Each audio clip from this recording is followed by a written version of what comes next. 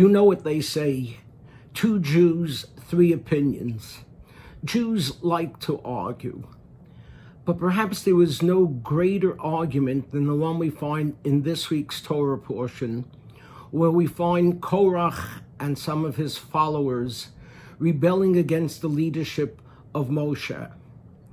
We are told that this was such a major challenge to his power that Rabbi Joseph Hertz, who put the commentary on the original Chumashim we used in many synagogues, referred to this as the Great Mutiny. It's hard to understand what Korach had in mind. In fact, Rashi says, Pikeach v'asher hayamai ra'i lishtazeh. Korach was wealthy and was smart. What did he get involved in such a stupid argument? And the argument eventually led to he and his followers being buried in the ground. And with that, we are told that there will never be an argument like this again.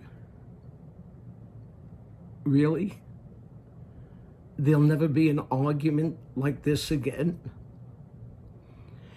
If anything, there's hardly a day go by where you don't read of differences of opinions amongst Jews and amongst non-Jews alike.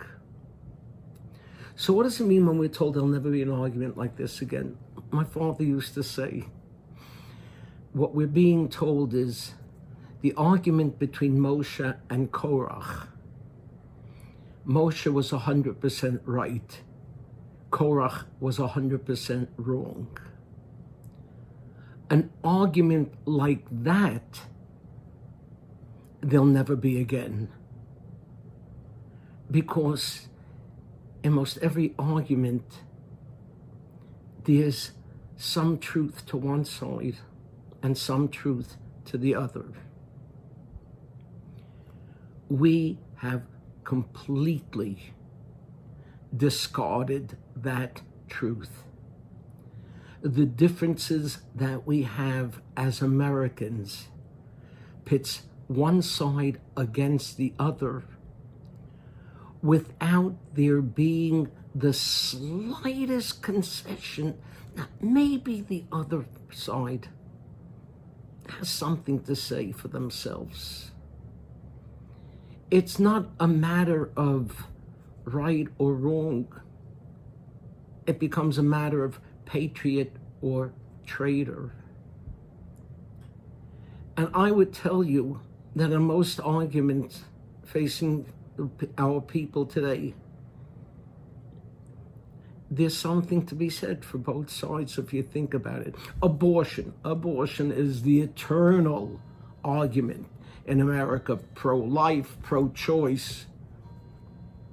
I can make a good argument for pro-life. There is a sanctity, if not to a human being, to a potential human being. But I can make an argument for pro-choice. There is a mother's health and psychological well-being that has to be taken into consideration. Name the issue, immigration, annexation, whatever it is,